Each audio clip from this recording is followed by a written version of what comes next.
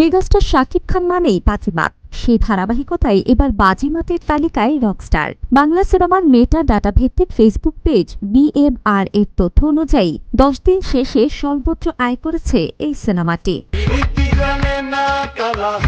এবারের ঈদে মুক্তি পেয়েছে মোট 8টি সিনেমা, যার মধ্যে রকস্টারের মোট আয় 2,67,00,000 টাকা। দশম দিনে স্টার সিনেপ্লেক্স, লায়ন সিনেমাস সহ বিভিন্ন প্রেক্ষাগৃহ মিলিয়ে সিনেমাটির মোট শো ছিল 69টি, যদিও কোনো শোই হাউসফুল হয়নি।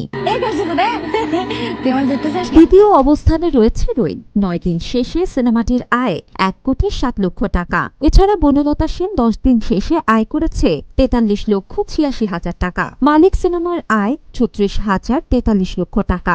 মাসুদ রানা আয় করেছে 12,47,000 টাকা। শো ছিল 7টি। এর মধ্যে সবচেয়ে কম আয় করেছে অফিসার, যার মোট আয় 1,23,000 টাকা। দুঃখজনক বিষয় এই যে দশম দিনে একটি শোতে মাত্র 4 জন দর্শক ছিলেন। জানা গেছে এবারের ঈদে আশানুরূপ ফল পায়নি সিনেমাগুলো। দেখা যাচ্ছে হতাশার ছাপ। সব হতাশার মধ্যে চোখে পড়েছে আশাও। ঈদের সিনেমাগুলোর আন্তর্জাতিক প্রদর্শন শুরু হয়েছে। উত্তর আমেরিকা ও ইউরোপের 41টি প্রেক্ষাগৃহে প্রদর্শিত হচ্ছে রকস্টার। রেড অস্ট্রেলিয়ার সিডনি, মেলবোর্নে মুক্তি পেয়েছে। মালিক আগামী 13 ও 14 জুন অস্ট্রেলিয়ার ব্যাংকস্টাউনে প্রদর্শিত হবে বলে জানা গেছে। বিনোদন ডেস্ক, গ্রিন টিভি ডিজিটাল।